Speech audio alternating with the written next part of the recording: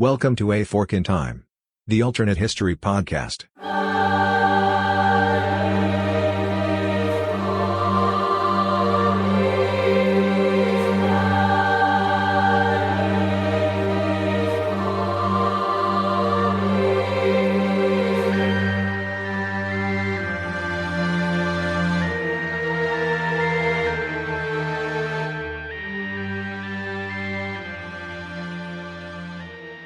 Welcome back to A Fork in Time, the Alternate History Podcast. Don's sitting in the What If machine today and flying it solo, but actually going back a little bit in time into our archives to provide today's episode.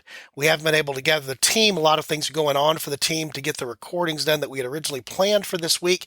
So this was a great opportunity to do something I was planning to do anyway, and that was to go back and pick up a series that we started for our patrons over on the patron feed last summer, the summer of 2021, that we didn't get quite finished, but we're intended to pick it back up. So I thought this would be a good chance to bring that back over to the main feed because we'll be finishing it up here on the main feed. And the subject of that series is a very, very, very large event in history. It's an epoch type event in history, and that's the late Bronze Age collapse. The type of thing that is so big you really can't do it justice in one episode. And we had planned out actually a 10 episode series on that. And we'll do probably that many episodes scattered across and among our episodes as we move forward over the next couple of months. And so, just to set the stage, what you're about to hear now are back-to-back the first and second episode from that series. So the first episode really serves as an extended what did. It's such a large event that we need to set that up well to understand what actually did happen in history. And then the second part, again, these will be back-to-back today, is actually episode number 2, which is the first of the focused explorations on a what-if. Because this particular event in history has a number of different areas of impact. It was a widespread event. It wasn't localized. And it has a broad reach in terms of the potential what-if events. Again, that's why it deserves a series versus a single episode. So hope that you find today's episode helpful. We'll come back and provide episodes, the subsequent episodes, including episode 3, which was already recorded, and then the ones that will follow after that will also include the team and maybe even expanded team, because I know we have a lot of listeners that have a lot of interest and expertise, so to speak, in this area, so I'm looking forward to including them in the process. So enough of me talking. So here you go. Here are episodes 1 and 2 from the late Bronze Age collapse series. Hope you enjoy them. The goal today, I already did a little bit of a why type of thing on the main podcast feed, so I don't really want to repeat too much of that today. What I really wanted to focus on today in this episode is actually providing some of the rest of the historical background. So it's a little bit more about what is the late Bronze Age, what is the late Bronze Age collapse, but more importantly, focusing a little bit today on the potential causes of the, and I'm going to use the word event here. Event is actually almost too small of a term. It's almost too small of a noun to be applicable to what we're talking about here. As we're going to discover, the more that we unfold this in terms of looking at the historical what-ifs, even as we talk about the historical what did here that's continuing to set up the series, the what-ifs, we'll find that this is a major, major event in history. And again, I'm somewhat surprised the more people that I talk to who I know are savvy when it comes to their history because of when it is, in terms of history, in terms of the areas that we often spend time talking about and being exposed to. I think it's one of the more overlooked major events in history. And we'll talk a little bit about even today when we're talking about the cause as to why it's overlooked, partly because there's still a lot of disagreement among historians and archaeologists about the event itself, but even more importantly about what the actual causation of the event is. And so again, today's episode is not going to go down any of the historical what-ifs. That's something that we're going to reserve for the series of episodes that we have where we look at individual elements of the what-ifs, because they are, again, widespread, far-reaching in their scope in terms of not only the areas that were impacted during the particular time of the event of the late Bronze Age collapse, but also how history would flow in general and how it would flow in very specific ways from that point on for the what-ifs. As we often do here on A Fork in Time, it's necessary for us to establish a good, solid what did foundation in order to be able to pivot off of that for the what-ifs. And so that's going to be the purpose of today's episode, is to establish a little bit more of the setting for the late Bronze Age, and the setting for the particular event of the collapse itself, talking about some of the actual things that occurred during the collapse, and really focus on some of the theories and hypotheses that have been developed around what is the cause of the collapse. Because as we begin to talk about the historical what-ifs, being able to understand how we might have been able to avoid the causal factors is obviously an important part of that, but it also plays into understanding what happened, and thus, if we look at a historical what-if, what did not happen. So I hope that this episode today provides a good foundation, a good start, so that as we go down each of the individual what-if episodes that follow, we can refer back to this and have a good solid basis and not have to repeat that material over and over again as we're looking at the historical what-ifs. So for the episode today, we're primarily going to focus on four things. One is establishing the scene or the setting as we get to the late Bronze Age. We're going to establish what is the nature and the component of the Bronze Age, which becomes so important in establishing what it is, but also what happens during the collapse. We're going to talk about the particular players, if you will, the empires, civilizations, the other people groups that are impacted by the collapse. In other words, what empires collapse, what civilization collapse, sort of what was and then what is not is an important part of that. And of course, as I mentioned before, we're going to focus on the causal factors and the fact that there are a number of different causal factors that we have to consider together. So those are going to be our four broad areas that we focus on today. And so let's quit talking about it. Let's start doing it. So again, the first of those is actually talking about what is the Bronze Age? What is the characteristic of the Bronze Age?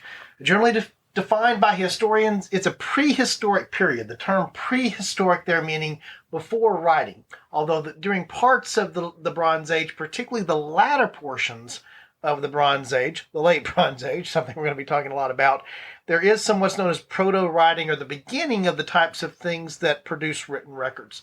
But for most of the Bronze Age, we do not have the benefit of writing that we at least not writing that we have possession of today or that we understand today. And so it falls in that period of being prehistoric. So the things that are recorded about the events that occurred during there, the civilizations that exist, are all the result of archaeological discoveries or other traditions, legends, other things that are carried down in various forms, since it's not overlapping during the period where there's extant writing that's going on during that particular point of time. But it is the period of time that sees the rise of a number of civilizations. And we see that obviously with the development of writing. We see that in moving towards agricultural and city-state types of scenarios where it's not small groups of people that are spread apart in tribal areas or in small settlements, but we have the rise of larger city-type structures, the city-states that we see in Mesopotamia, and we have the rise of civilizations that are brought about by the domestication of animals, but also by the actual use of agriculture intentionally moving towards farming and being able to support larger populations and to support city-type environments, more urban type of environments, because of the ability to produce enough foodstuffs for a mass of people, for larger populations. And so the Bronze Age is characterized by the fact that it's the rise of the early civilizations that we recognize or that we know from history pretty well, particularly those in Mesopotamia, but also the rise of Egypt and the rise of other major civilizations that are beginning to look like, in terms of technology and in terms of their organization, a little bit more like what we're accustomed today.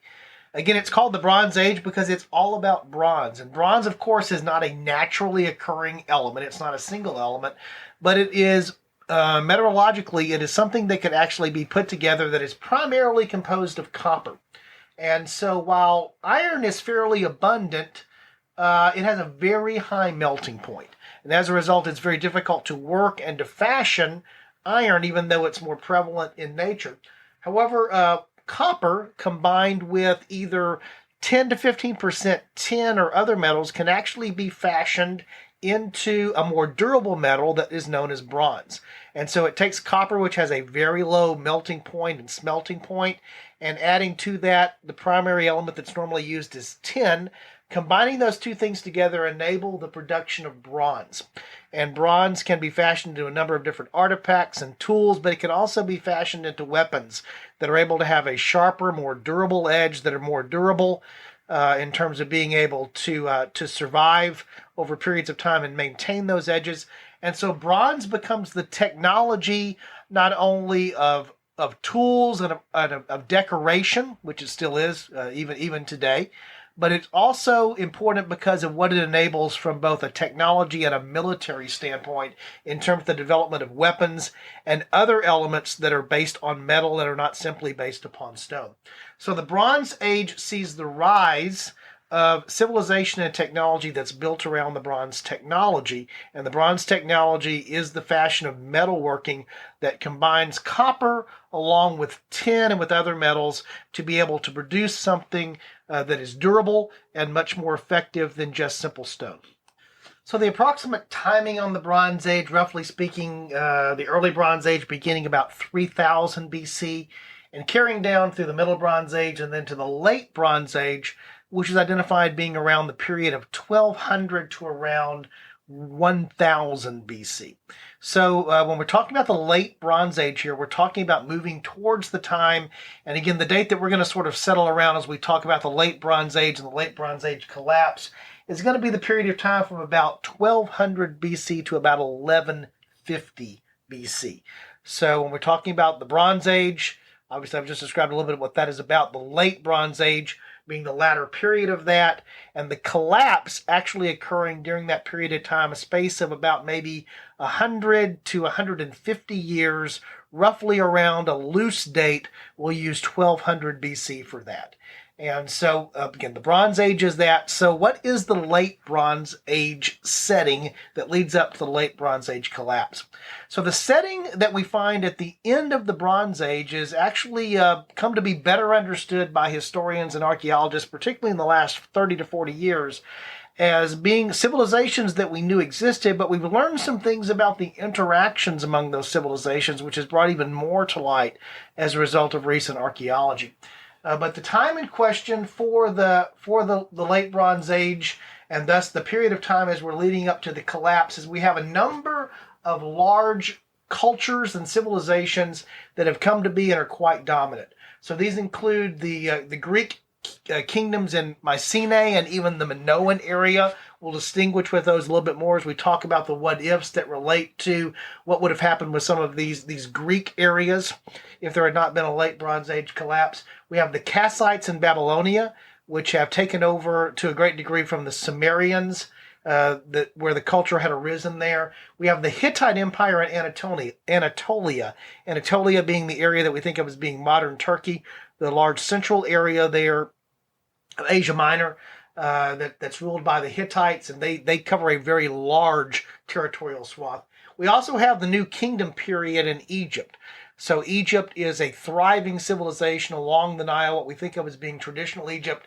Of course, the building of the pyramids and the other things have happened thousands of years before, but we still have a very bright, vibrant Egyptian empire and Egyptian civilization at the time that we draw towards the end of the Bronze Age. We also have Ugaritic society. Ugarit is a city, primarily in what we think of as being the very far north of modern day Lebanon, also into Syria, the area that we think of later as being Assyria. And then we have various states in the Levant being the area occupied, the Holy Land, Israel, Palestine today. So we have the Amorite states that are there as well, and all the particular other smaller people groups and smaller empires and areas of civilization that are existing.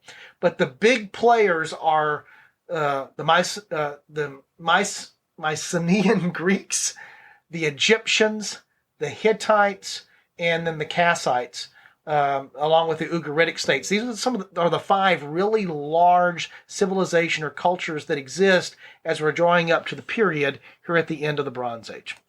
So that sets the stage for when is and what is the Bronze Age, particularly the Late Bronze Age.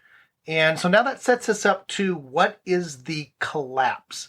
And collapse is actually probably about the most appropriate word that I can imagine that would be used. This is not just an event. This is not just an isolated thing that happens in a very short period of time or to a very limited geographic scope as we draw towards the end of the Late Bronze Age here. This is a very significant event that is widespread in terms of geography, certainly is widespread in terms of impact, and is widespread in terms of how it's going to impact history moving forward, which is what sets it up so nicely for what we do here on A Fork in Time, which is talking about what are the potential historical what-ifs of there not being a collapse.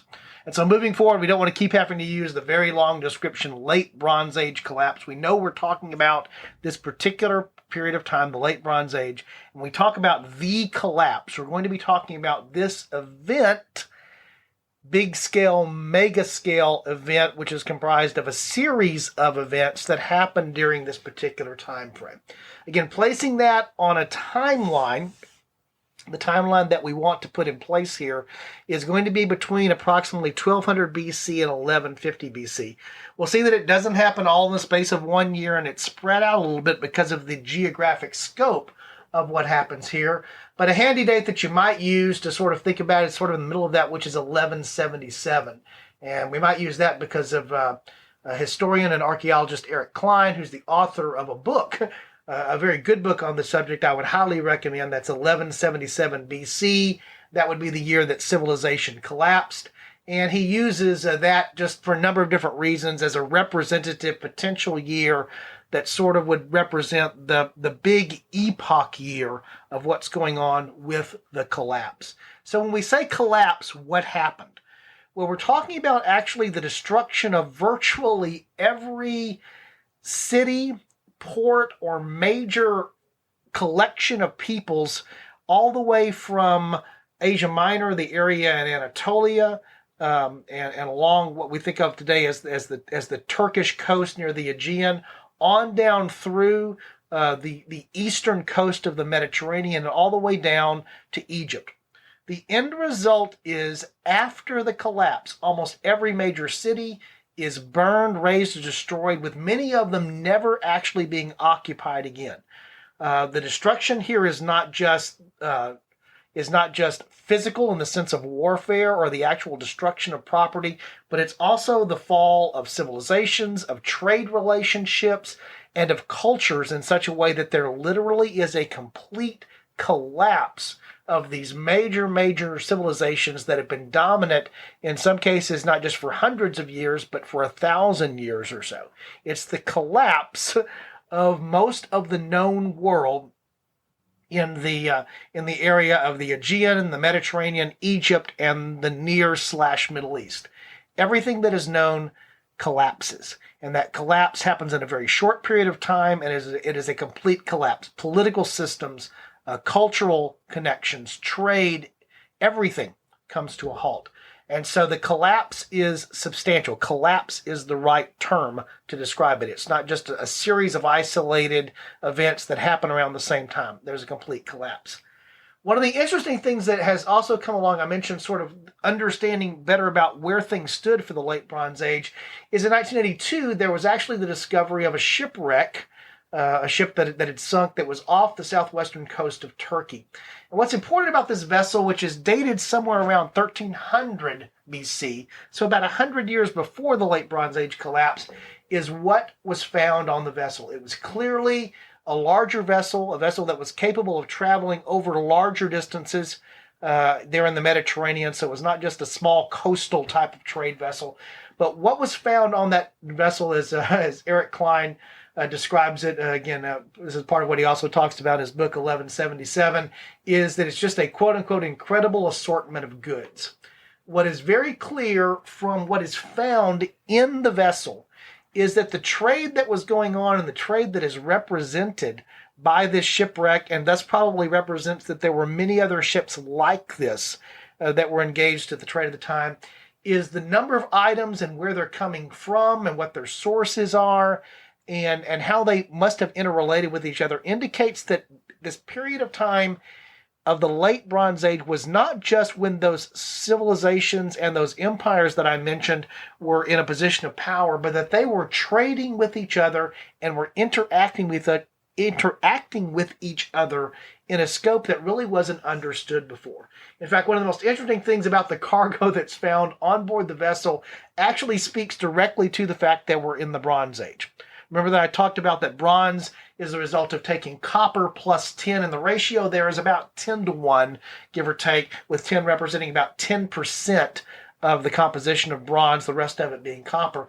So in the primary cargo hold of this ship is found 10 tons of copper from Cyprus and a ton of tin, in addition to all types of other finished and raw items from a number of different areas, not just around the area there around the Aegean and around Asia Minor, but coming as far away as Nubia in Africa, coming as far away potentially as back towards the eastern Mediterranean from the area that we think of as being the Levant, Canaan, those types of things. It had a number of different things, as well as items from maybe as far away as Italy, perhaps as far away as Iran. All of these things are on this one vessel, which suggests that there was a very robust set of trade that was happening across the entire, if you will, sort of known world, particularly of these empires that are part of the collapse here in the late Bronze Age, these Bronze Age empires, that there was a tremendous amount of trade that was going on.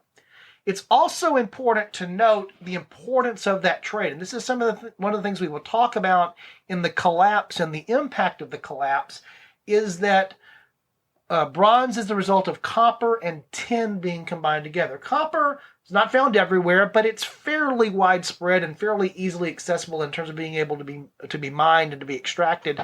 Tin is actually, although it represents only 1/10 of what is needed to produce bronze, is far more rare.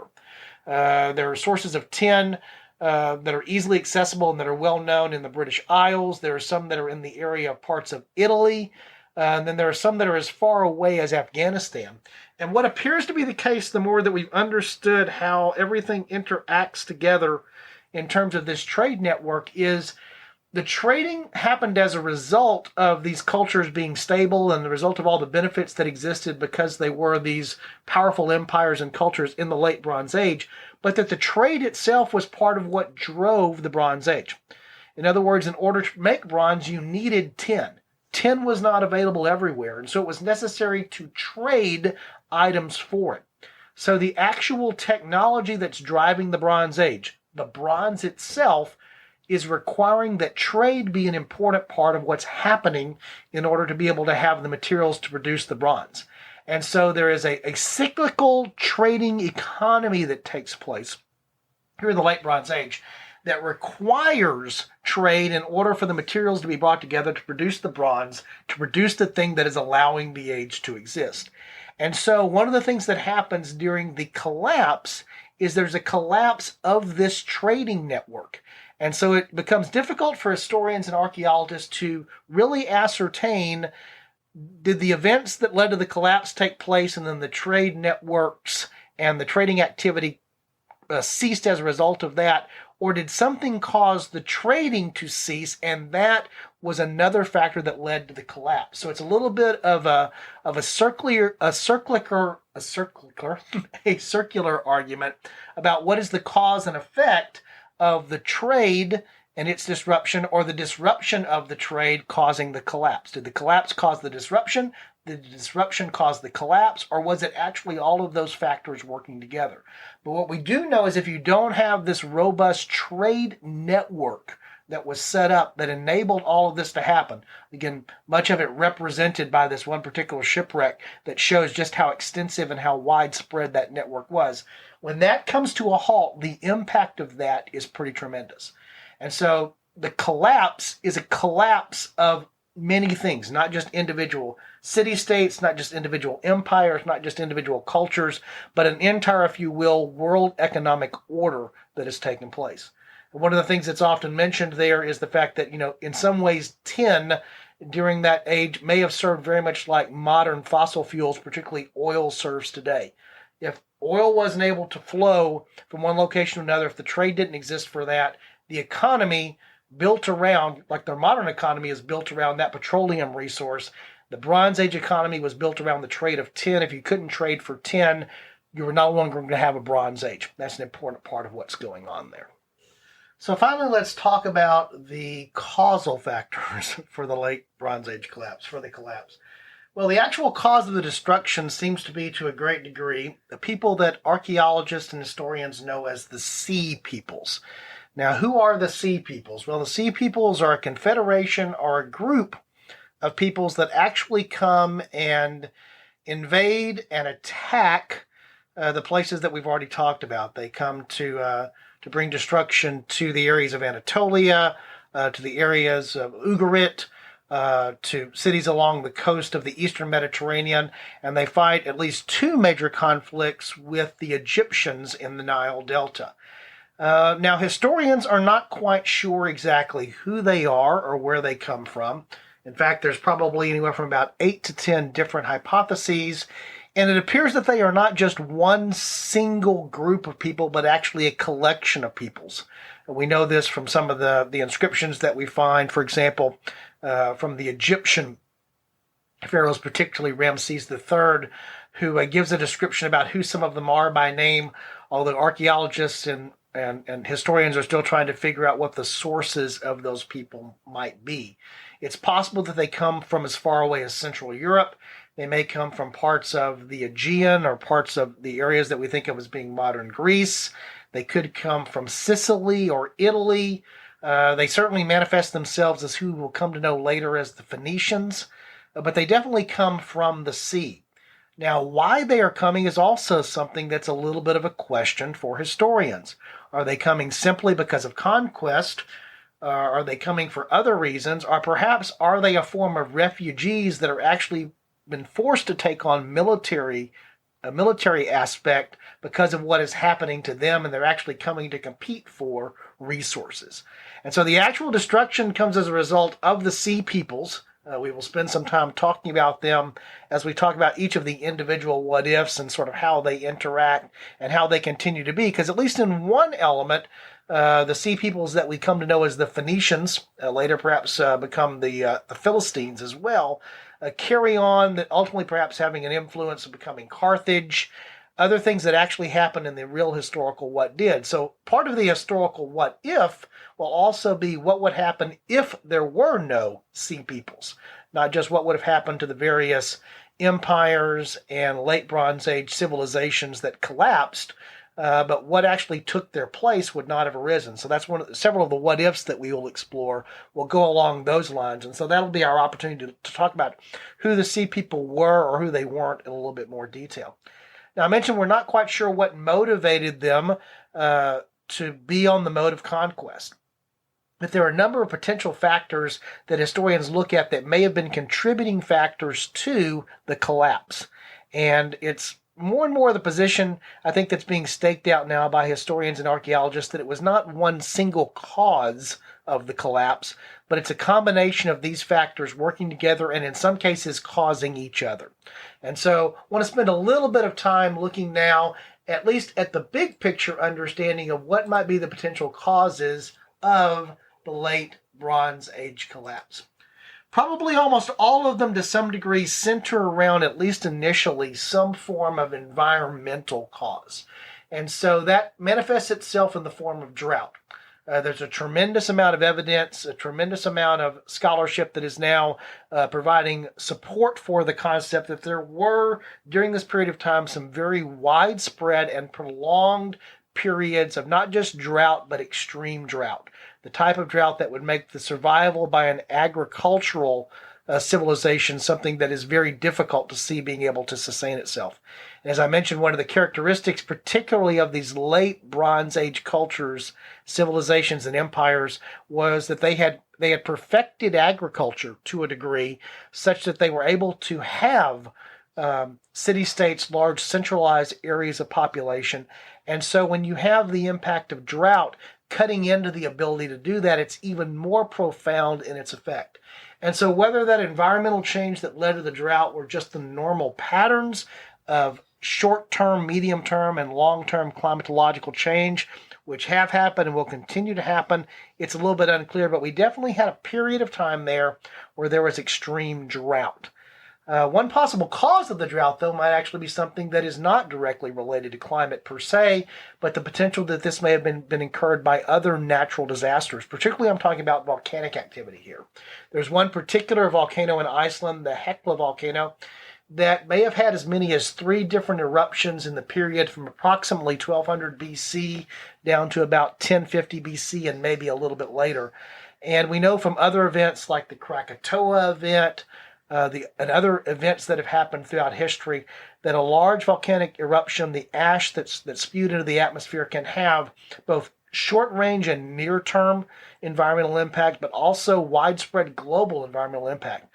Krakatoa, the year after that, is known as the year without a summer, because as the ash cloud spread around, because of also its location near to the equator, spread around the entire globe because of wind patterns and dispersion patterns, there was a substantial decrease in the global temperature as a result of just that one event. So imagine a large-scale volcanic event occurring in Iceland that actually either very localized impact there on Europe and moving over into the area of the Mediterranean, or even more in a global sense, actually causes some of the climatological change that we've talked about here. Perhaps is the inducement for the thing that leads to drought or the inability to produce crops. And so again, one of the things that historians and archaeologists look at is the possibility that these sea peoples, let's say they derive from Central Europe, may have been driven out of Central Europe because of the impacts of either just a regular climate change that produced a drought, or the type of thing that this volcano in Iceland may have produced that caused them to need to move, to need to become essentially refugees looking for food sources. That led them into conflict with others. That conflict eventually caused them to form a confederation with others and then actually become the sea peoples that we know of from Egyptian literature and some of the other literature of some of the civilizations that were then fending off the attacks and the incursions. I'm just going to call it incursions, because if they're refugees, are they coming intentionally to settle, or are they coming to intentionally to attack? And so there's a number of different factors where ecological, climatological factors may have led to the starts of things that would cause the collapse. Once that happens, ruling authorities, for example, that are accustomed to not growing their own foodstuffs, but having a population and an agricultural economy that can cause them to survive. The tension that exists between those that are living in cities that can't produce their own foodstuffs, dependent upon those who have provided that to them that no longer can. The types of things that can go on inside an empire, go on inside a culture that can be brought on by an ecological change are also quite notable. And so there might have been an environmental impetus into what's going on here. There's some scholars that talk about over this period of time, there may have been a large series of over multiple decades of increased seismic activity that potentially would tie back to this volcanic activity, where there were a large number of earthquakes. And so you have major urban centers that are hit by natural disasters in the form of earthquakes and other types of events that can also cause a disruption to society, can cause a disruption to trade inside of their individual civilizations, inside of the individual empires, and then having that spread out in a broader sense to the entire world of the Bronze Age. Another thing, again, that I mentioned here when we were talking about the importance of trade, is that once you have any of these types of things happening in local areas, so some of the climatological impacts, the ecological impacts, maybe even some of the natural disaster impacts are much more local, but once they've impacted the local scope and then that impacts this global trade network, is it no longer remains a local phenomenon. And so the earthquake activity in the Aegean, the earthquake activity perhaps that happens in Asia Minor, Turkey, for example, causes things to go on in the Hittite Empire or in the Mycenaean Greek Empire, the types of things that are going on there. But once they are impacted, then their trade with Egypt, their trade with other areas of the world gets impacted. And again, in many cases, you may have had a 3- and 4-fold trade scenario here where good A was traded for good B, which was traded for good C, which was traded for good D, which led back to A. So, for example, your ability to get 10 may depend upon your ability to trade your thing of value for something of value for someone from someone else that you then in turn trade for your tin. Without tin, even though you have the copper, you can't produce the bronze. And so all of this works together to produce the potential for a collapse that can even come off of individual, more localized impacts that can sort of spread out through this entire network. The good news about having an interconnected global trade network is that you have an interactive and interconnected global trade network. The bad news is you have an interconnected global trade network. So if one part of that system fails, then you have the chance from that system being impeded that you can actually have a collapse. And so one of the things that historians and archaeologists talk about in a broader sense here is a broader systems collapse. And that's only the result of a system being in place, which again is both the good news, but the cutting edge of this is that it's also the bad news. There also may have been, and again, which comes first here, what's causal and what's the result of the cause, is there might have been a change in how warfare was conducted.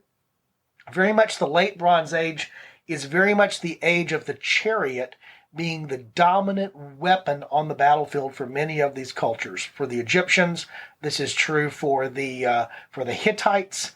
This is true for a great degree for the Kassites. These are civilizations that their military prowess is based upon the capabilities that exist with the chariot, which work very well with the characteristics of the Bronze Age and using bronze both as a material for the chariot itself and the type of weapons that can be used off the chariot as a weapons platform. What we do see during this period of time is apparently an alteration which appears to be the rise of infantry in such a way that was changing the nature of warfare.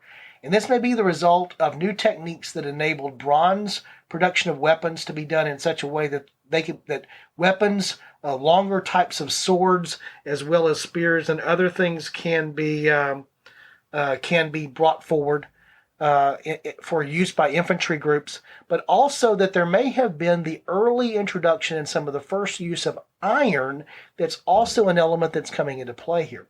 So it's possible that these sea peoples and the groups that they represent that are coming are not just coming seeking food, they're not just fleeing ahead of natural disasters and climatological impacts, but they may also be bringing with them the next age of weapons in the form of iron, and thus that changes the balance of power militarily and the rise of the use of infantry and different types of spear configurations and sword configurations that allow infantry to become one of the dominant modes of military force as compared to the chariot.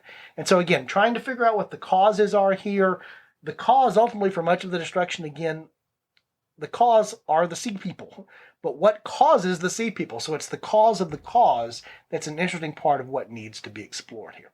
So I hope that you've appreciated and enjoyed this sort of high-level overview that will set the stage for what we're looking at as we look at the collapse. And this will be a helpful primer to sort of use as we go down the various what-if scenarios. The next episode will be one of those what-if scenarios where we will take a particular closer look at one of the civilizations that's impacted, how it collapsed, and how without the collapse, without the Bronze Age collapse, things might have been different both for that civilization and for other successor civilizations as well. As we covered during the first episode, sort of giving the background and setting up the scenario of the late Bronze Age collapse, we talked about that there were a number of different civilizations that were affected by and succumbed as part of the collapse. And so for these first couple of episodes, as we continue through the series, we're going to look at some of those individual areas and cultures that were impacted. And of course, as we do here on A Fork in Time, the purpose of this is to talk about the what if, meaning that what would have happened if some of these cultures had not been lost, which means we'll look at both the contributions that they had already made in human history, but also projecting forward what might have been had they not succumbed to the forces of the late Bronze Age collapse. It's a little tough to do this part of the series in some ways because we're going to focus on more details, and the more details that we focus on, it's a little bit difficult to figure out what level of granularity to get down to. And so some choices will be made as we go through this part of the series, getting down to a granular enough level that we can actually see things in enough detail so we can actually talk about some specific what-ifs. but also trying to not get so deep into individual cultures or individual subcultures in some cases that were impacted here that it gets confusing and gets lost. One of the challenges of this particular area in history is what we know of it and also what we don't know of it. And so many times here we will be making statements around things that historians and archaeologists believe, which have come to be corrected over time, or in some cases are only new outcomes.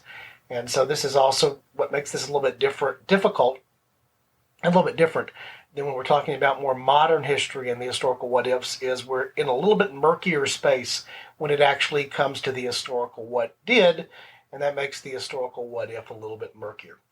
The place that we're going to start, though, is something that probably is a little bit easier to grasp for most of our listeners because it's going to feel a little bit more familiar in some ways. And so what we're going to talk about today, the first major cultural collapse is going to be around Mycenaean Greece.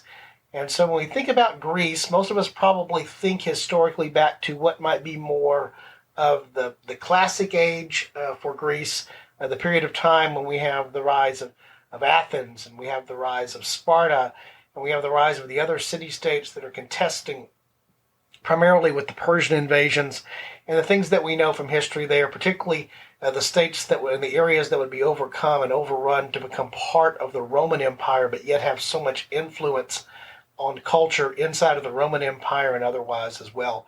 Or you may think of Greece in terms of Alexander the Great as the Macedonian conqueror, who in his very short lifespan, but also in his very short period of time, essentially expanded Greek culture by conquering most of the known world, again, prior to the Roman expansion.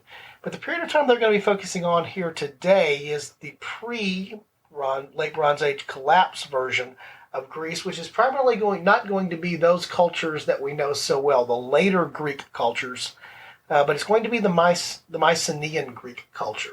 And so to put this in perspective, we're still talking about the same geographic area. We're still talking about the Peloponnese. We're still talking about the islands and the and the various things that make up what we think of as being Greece. And the geography there is very important. In fact, it plays into a great degree to what the Mycenaean culture becomes. But we're also talking about influences that actually stretched onto into Asia Minor. We'll talk a little bit about that, perhaps a little bit today, but probably more so when we're talking about the area that's known generally as Anatolia, modern-day Turkey. And we'll talk about the interactions between the Mycenaean Greeks that lead up to the late Bronze Age collapse and some of the city-states and the other inhabitants and empires that existed in the area that we know broadly as Anatolia. We're also going to talk about what existed on the islands of Cyprus and Crete, because these civilizations also, particularly the Mycenaean Greek civilization, spread to there. What we do know about this particular age of Greek culture, and it's actually something that would also be prevalent moving down into later Greek culture, was it was very much centered around the palace. So palace rule and what was sometimes referred to as the palace economy. So again, remembering just the geography of modern-day Greece, the area of the Peloponnese, where you have a series of islands, you have very mountainous and rocky terrain. You have the situation where it is very difficult to have a contiguous or continuous type of culture that spreads out easily over time or over space. And so what you end up having here are settlements that grow into being cities, that grow into being city-states, that are somewhat independent of each other because they're independent of each other by geography. It's not easy to connect the two together. And so while the Greeks are connected by language and by culture, they are not connected politically. They are primarily independent, as they would be later to a great degree, independent city-states that are ruled by a local monarch or a local king. And we see this, for example, expressed even in the classical Greek literature. For example, if you think about the Iliad type of scenario, Homer's epic poem, what's described there is more likely the Greece of this period, of the Mycenaean period, and there you see Menelaus, and you see Odysseus, and some of the other warrior kings that represent the leaders of their particular city-states, their particular regions, but there is not one overarching leader of the Greek culture or the Greek society except by military might or except by them coming into common agreement. You even see that in the story of the Iliad. Yes, they agree to go under the command of Agamemnon, but that is a voluntary thing, and in fact, that actually becomes part of what is the story, is convincing these various kings of the various city-states to join him in this particular quest. So to the extent that that represents something historical or quasi-historical, it does sort of indicate the nature of the culture and the nature of what was there. The other interesting thing that to me at least, that is represented by the Mycenaean culture is it very much is dependent upon art, and it is very much dependent upon trade. These particular city-states did not have vast resources independently when it came to agriculture or when it came to other things. And so they became, because they were primarily an early seafaring nation with almost all of the city-states existing on the coast, because that's pretty much all there is in the Peloponnese, is they very quickly become the traders, what was described before as being this trade network that definitely existed among the cultures and the nation states of the period before the late Bronze Age collapse, which we've talked about and will continue to talk about as we move through the series. And so these are societies and these are economies that are very built around the idea of trade, exporting their fine goods. In many cases, they were the artisans that produced the types of things that were greatly desired among the other nation states. And those were exported in return for some basic types of things, foodstuffs and other resources that didn't exist because of sort of the harsh landscape of their homeland. And so trade is a very important part of what goes on with the Mycenaean culture. We also have some very familiar things that do extend down, and that is their take on religion.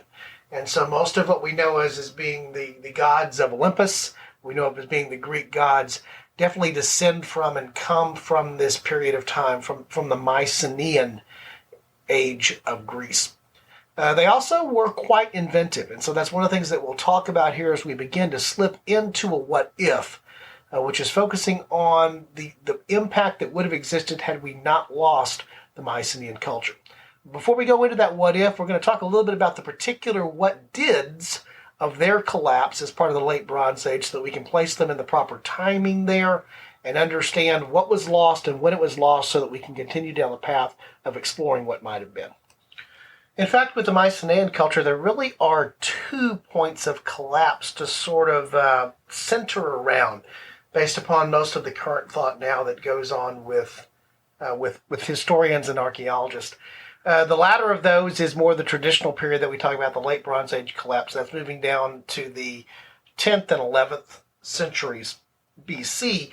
But before that, there's an event that is sometimes referred to as the initial decline or the initial collapse. And that centers around something that has come to be known as the Dorian invasion.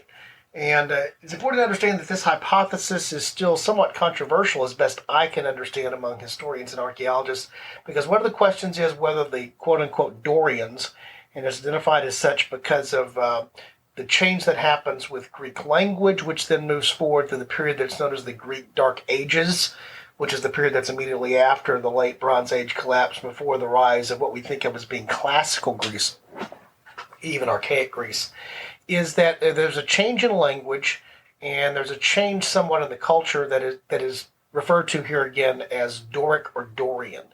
And so there are 2 broad theories among historians about what happened. In terms of, we can say though when it happened, and that's that this first wave of destruction probably happened roughly around 1250 BC, and it was primarily in the mainland centers there in Greece. And so the most notable would be the city of Thebes. Thebes was burned to the ground. Nearby fortifications were destroyed, and this is definitely at the results of what are believed to be the Dorians, the rise of the Doric peoples, just because of what archaeologists have found after that. But there's, again, tremendous controversy over what was actually the cause here. Was this a migration of peoples who had been Greek to some degree or interacted with the Greeks prior to this. In fact, it's sometimes referred to as the return of the descendants of Hercules, that Hercules had been exiled and these were his descendants that were coming back, or whether these Dorians were actually a subclass inside of the Mycenaean culture who essentially had an uprising. And so something of a revolution happened inside of Mycenaean Greece at this time. Remember that we talked about the economy and the political structure was very palace-centered, very hierarchical in terms of there being a monarch. And it appears that there seem to be very, very few stratas or layers of the Mycenaean Greek culture.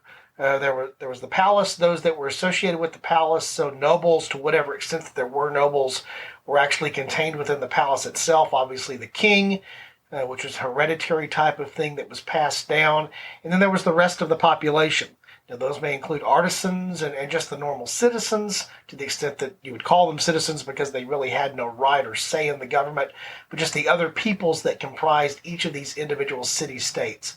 And something I should say here, just to maybe correct an impression that I left earlier, is that most archaeologists and historians believe that these city-state areas were a little bit larger, slightly more regional than what we find later in classical Greece, when things had gone down in many cases just to the individual city-state or the very small area around that. So there might have been some larger political structures here, but this was definitely a hierarchical structure that controlled the military.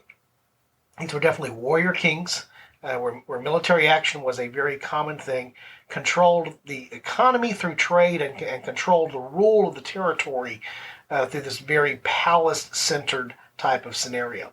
And so in this initial collapse, if it's the Dorians that are coming as an outside influence that are migrating either because of climate issues or because of other types of natural disasters or just the other things that are happening there, the availability of foodstuffs, whether they're migrating from the outside or whether they are actually those who were already there, who were uprising against the ruling class, there's a definite change that happens. And you have this period of time, particularly, again, centered around the middle of the 13th century BC, where they're particularly in Thebes, but in other areas as well, where you have destruction of these palace centers and a disruption of the society as it was known at that time. Now, what did happen shortly after that, there was a small period of time that's sort of a revival of this Mycenaean culture, but then that doesn't last long, because it's only shortly after that there's a second wave, approximately 1190 BC. So we're talking about 60 to 70 years later, when there's another wave of destruction that is clearly seen across the entire area. And it's here that we find that there's more widespread destruction. There's more of the Mycenaean city-states, more of these particular cultural and palace centers collapse, basically to the extent that there's very little known after them for a period of time when we slip into what's known as the Greek Dark Ages. It's during this particular time that Homer's poem, the Iliad, apparently is, or whatever poem that he adapted, probably not unique to him, but this history that looks back on things like the Trojan War and the Mycenaean culture that are represented in the Iliad. It's during the Greek Dark Ages that this comes to be, when it's looking back on this previous period that was a heightened period of success for the culture, which was the Mycenaean culture. Now, it is important to note that they are known for a number of things, among those being pottery and innovations when it came to military forces, less use of the chariot, more use of infantry and foot soldiers, which would become much more important moving forward. We'll actually spend a good bit of time going through this entire series talking about the change in the nature of warfare.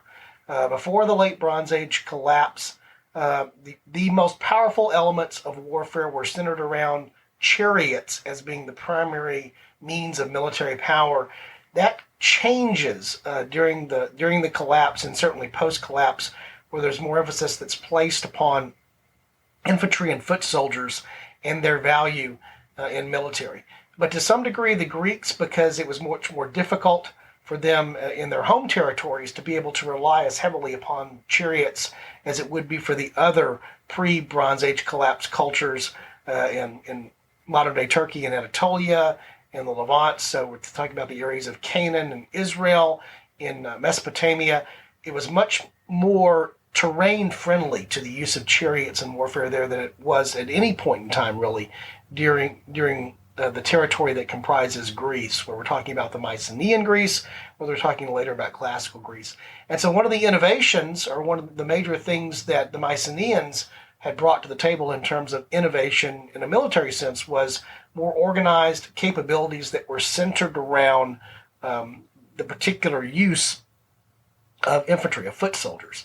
To some degree, you see this played out in the story of the Iliad, where the Trojans are very reliant upon, in fact, think about the Trojan horse, very reliant upon their use of chariots and their use of horses in warfare, while the Greeks and the stories of the heroes that are contained there of the Greeks are obviously those of heroes that are less based on the power of the chariot, more based upon the power of the spear and the lance and the sword. You can see that expressed even in the story of the Iliad, which tells a little bit about the Mycenaean culture in terms of what was there. But separate from their contributions when it came to military theory or military action, there are probably two broad areas that the Mycenaeans were most influential in. One of those would be architecture and engineering, building.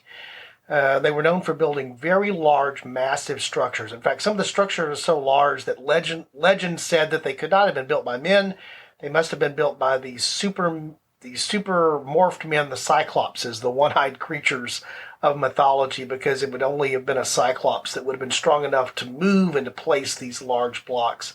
And so by the time, well before the late Bronze Age collapse, Mycenaean culture featured architectural and engineering capabilities when it came to building palaces and fortresses and other types of things that were unique.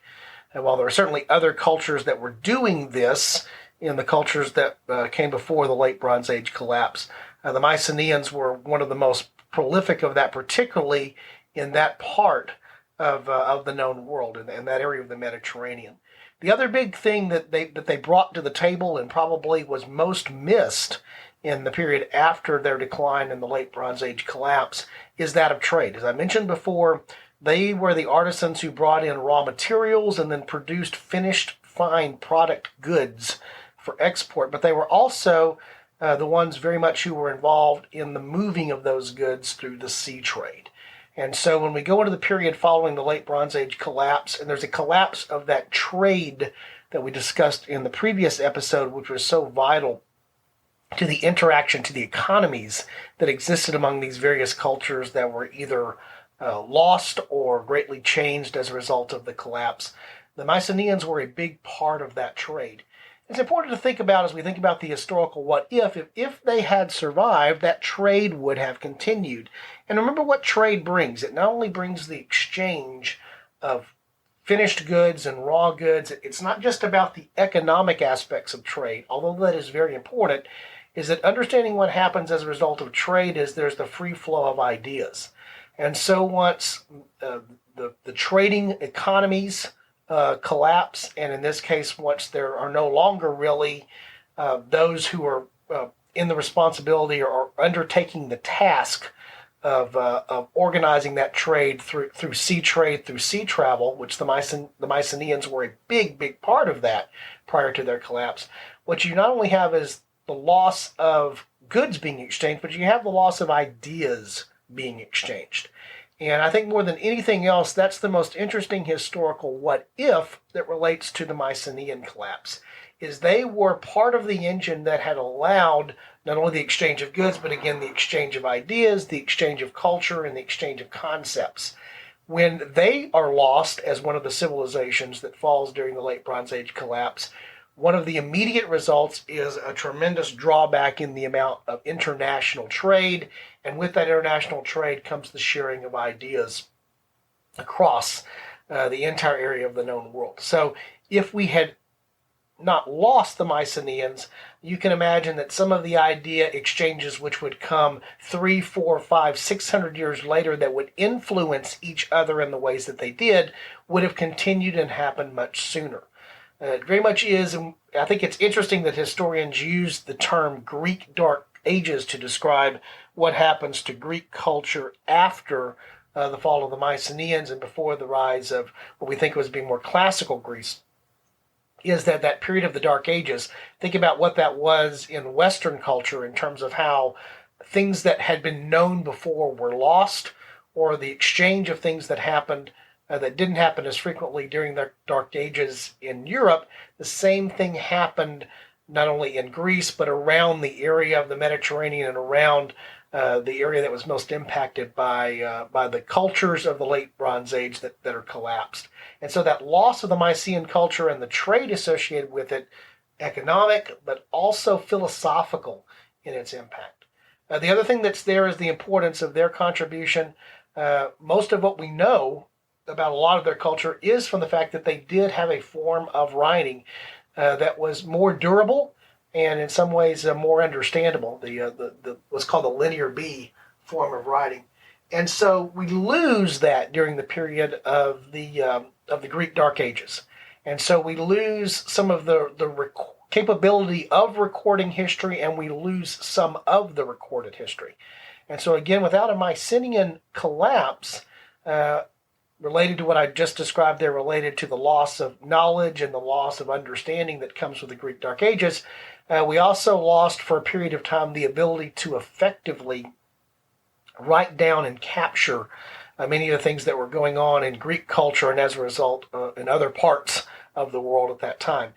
It is believed by most historians, most archaeologists, that there were a number of ways of writing and recording, cuneiform, for example, the things that we have in Ugaritic script, other types of things certainly existed, but we lost an element of that when we lost the Greek portion of that, the Mycenaean part. It eventually will become, most historians and scholars believe, to be what becomes part of the Phoenician explosion, and also, of course, the alphabet that gets adopted, the Phoenician alphabet. But that's much later. So we lose time, we lose track in history. And again, several centuries of losing that has a ripple effect as we move down through time. And probably the last thing that I just want to mention that relates to that is their influence on, if you will, religion. As I mentioned before, eventually the Romans would adopt essentially the Greek gods as their gods, and so the primary mode of most of the religion that would become part of the Roman Empire was influenced by Greece. And there's no doubt that the Greek understanding, the Mycenaean understanding of religion, had taken hold not only in Greece but across large parts of the Mediterranean prior to that. Certainly you had different things that were going on in the Levant, you had different things that were going on in Samaria and certainly in Egypt, but a large portion of Greece and a large portion of what would become the region known as Anatolia, modern-day Turkey, were heavily influenced by the Greek religious culture that came out of the Mycenaean period in Greece. And so that, of course, had its impact and its flow on big questions of thought when it came to who were the gods, how did things come to be. But those things logically flow out, and we see this later primarily in classical Greek culture, in how political thought, philosophical thought flows from that. Later, as in classical Greek culture, as those things are adopted, they do influence the thinking and the thoughts of folks like Socrates and Plato and Aristotle, the very things that we think of as being the foundations of much Western philosophical thought, which flow out of Greece, were lost for a period of time with the fall of the Mycenaeans. And so it's interesting to contemplate the historical what if you don't have that collapse, could some of those thoughts, some of those theories have actually developed much earlier.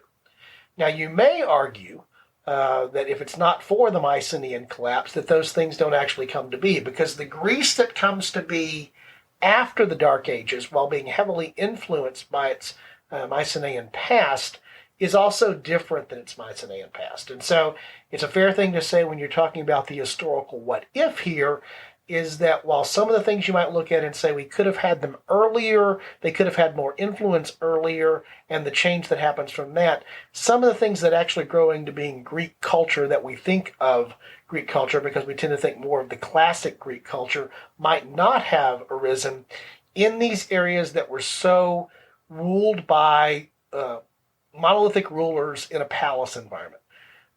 In fact, if you think about the city of Athens, sort of being an early version or early thought about what is, sometimes referred to as democracy. In some ways, it may be an early cradle of democracy, although that form of democracy looks very different than what we think of in the modern sense of democracy. That arose only because there had been the collapse of the civilization that had existed before, which was not geared or aligned towards that development. And so, one of the actual what dids is that when Greek culture is reconstituted over time post the Bronze Age collapse, it takes many of the principles and concepts that it had from its own history and its own cultural background, but it adapts those in new ways with different structures that are in place. And some of those do definitely cause more of an emphasis upon the ordinary citizen, the ordinary member of society. In fact, if you take the concept of the Dorian invasion or the Doric collapse, I mentioned sort of that first phase of the two-phase collapse, that may be actually the first elements of that, where you have an uprising by the people that felt that they were suppressed or repressed inside of those societies, rising up and taking control of their own destiny. So that's a little background. We'll be doing this over the next few series of episodes, looking at each individual culture that's sort of here before we get into the much bigger themes of the what if. And the real prize in this, in my mind, in this particular series, are the larger themes and how they play down deeper into history. But it's important to understand the building blocks that would lead to that. So the Mycenaeans are the first of these. In the next episode, we'll actually come back and look, moving a little bit further east, to the areas that were sort of influenced and did interact with the Mycenaeans. And we're going to look at the area of Anatolia. And so there we're going to focus on the Hittites. We're going to focus somewhat on the Assyrian empires, which go through a series of phases. And that'll be the next emphasis in the series as we continue down looking at the late Bronze Age collapse.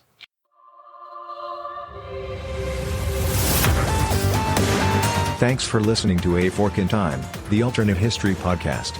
Learn more and provide feedback by visiting our website at www.aforkintimepodcast.com. Connect to us on Facebook at facebook.com/aforkintime or follow us on Twitter at AFIT Podcast. If you want to support the show financially, visit our Patreon page at patreon.com/aforkintime. We hope you will join us next time.